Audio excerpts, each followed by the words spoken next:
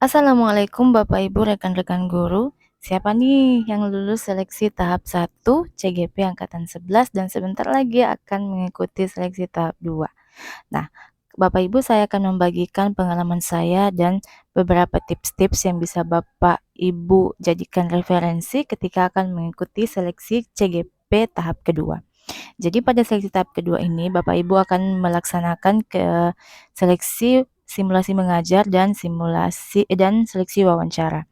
Bapak Ibu akan melakukan simulasi mengajar selama 10 menit berdasarkan pada RPP yang sudah Bapak Ibu unggah sebelumnya pada saat seleksi tahap 1.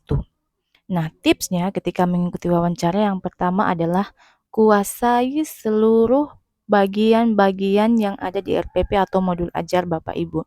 Tujuan pembelajarannya, kemudian indikatornya, KIKD-nya, CP-nya. Kalau Bapak Ibu menggunakan modul ajar, media pembelajarannya, model pembelajarannya apa saja. Kemudian asesmennya paling penting harus Bapak Ibu ketahui. Kemudian tips yang kedua adalah Bapak Ibu harus sering-sering berlatih di rumah mengajar dengan mempersingkat kegiatan Bapak Ibu dari kegiatan pembuka sampai penutup itu hanya dalam waktu 10 menit. Tips yang ketiga adalah akan media pembelajarannya itu Bapak Ibu tampilkan di depan asesor Bapak Ibu nanti. Meskipun itu tidak akan Bapak Ibu gunakan, tapi Bapak Ibu bisa memunculkan bahwa inilah media pembelajaran saya. Saya kemarin menggunakan media PowerPoint, nah itu saya tunjukkan dan saya gunakan sedikit saja dalam kegiatan belajar itu, supaya itu terlihat di asesor Bapak Ibu. Kemudian, tujuan pembelajaran yang akan Bapak Ibu sampaikan dalam kegiatan belajar itu, Bapak Ibu sebaiknya tulis di papan tulis. Nah, tips berikutnya pada saat mengikuti seleksi mengajar, ini paling penting menurut saya, tunjukkan performa Bapak Ibu yang paling terbaik.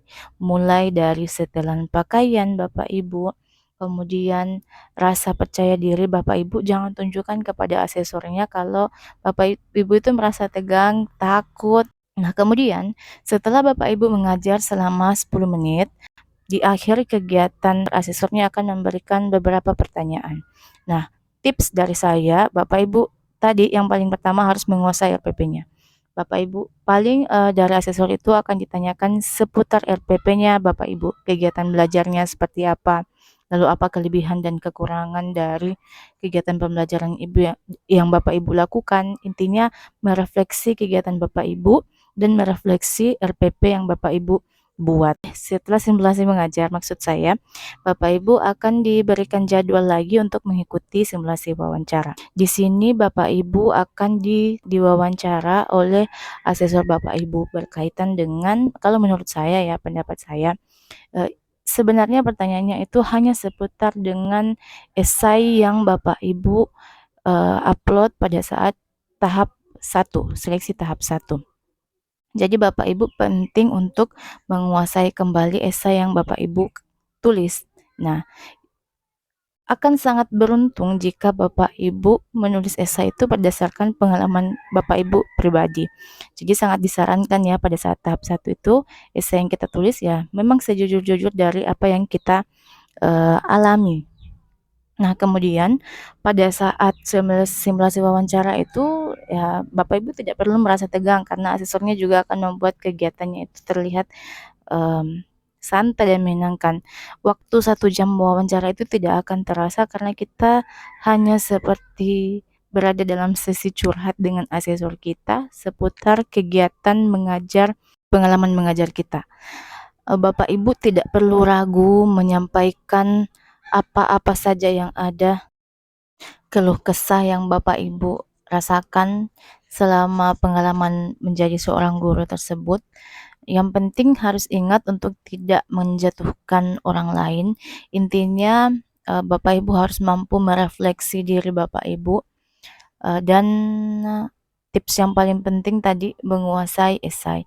Mungkin redaksi pertanyaan yang diberikan asesor itu tidak sama persis dengan redaksi pertanyaan pada esai yang Bapak Ibu tulis, tapi yang saya pahami sesungguhnya redaksi pertanyaan yang mereka berikan itu ya seputar esai.